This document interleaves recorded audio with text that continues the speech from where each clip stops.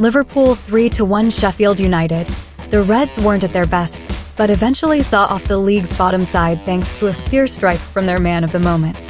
If Liverpool do end up winning the Premier League this season, then Alexis Mac Allister's strike against Sheffield United will feature heavily in the highlight reels.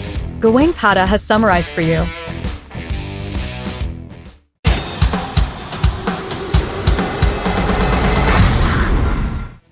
Alexis Mac Allister blasts away Liverpool nerves to take Reds back top. 5 talking points. Liverpool 3-1 Sheffield United. The Reds weren't at their best, but eventually saw off the league's bottom side thanks to a fierce strike from their man of the moment. If Liverpool do end up winning the Premier League this season, then Alexis Mac Allister's strike against Sheffield United will feature heavily in the highlight reels. The Reds were stuttering and frustration was beginning to settle in against the bottom of the table blades when Mac Allister, their outstanding player in the last few weeks, speared a stunning strike into the top corner at the Kop end 13 minutes from time. Darwin Núñez had given Liverpool the lead in the first half when Sheffield United goalkeeper Ivo Grbić smashed a clearance straight at him and it bobbled in. But the determined visitors leveled through a Connor Bradley own goal as Liverpool were punished for their wastefulness. With Anfield stirring and home fans more and more concerned that crucial points would be dropped in the title race, Mac Allister fired in from the edge of the box 13 minutes from time before substitute Cody Gakpo wrapped up the win with a late header from an Andy Robertson cross. Here are the game's talking points as Liverpool went back top. 1. Alexis Mac Allister magic.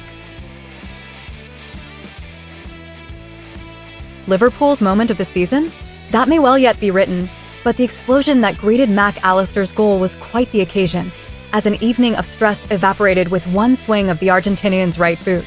Mac Allister has been Liverpool's man of the last few months, but those months threatened to come to naught if they couldn't win this, on paper surely their easiest remaining game of the season.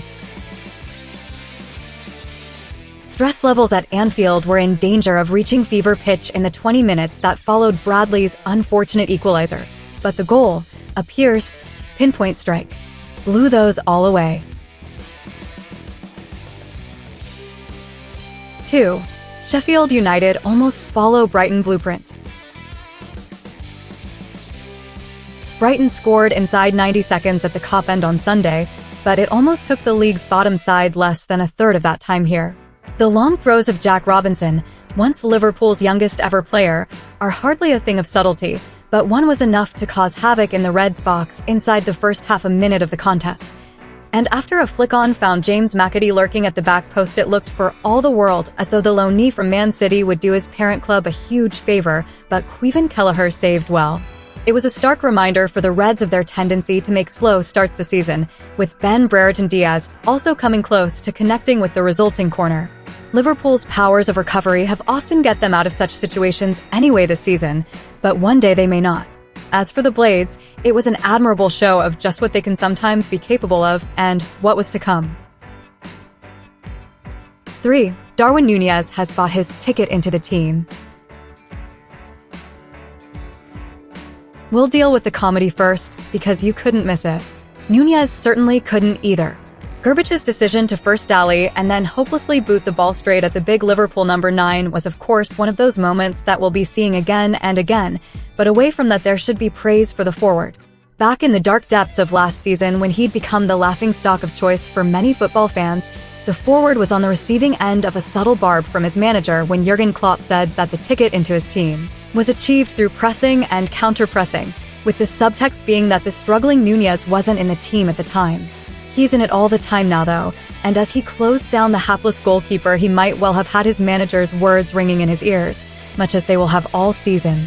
Pressing is an aspect of his game he has improved upon, and he got a reward here.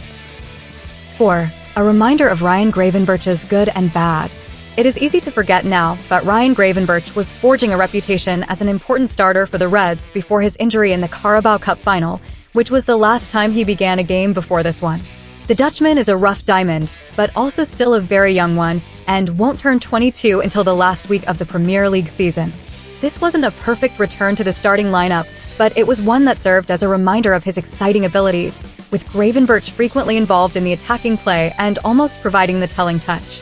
If he stays fit, he'll be an asset for the rest of the season, although his starts may be limited until he cuts that erratic nature out of his game.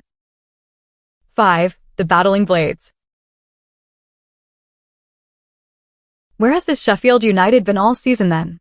For much of the campaign, the Blades have resembled one of the worst sides we've ever seen in the Premier League, and one that often didn't show an ounce of the fight that they displayed here. Rising to the occasion? Taking the chance to try and poop a party? Whatever it was, Chris Wilder's side displayed it to show that they will at least go down with a fight if that is to be their fate.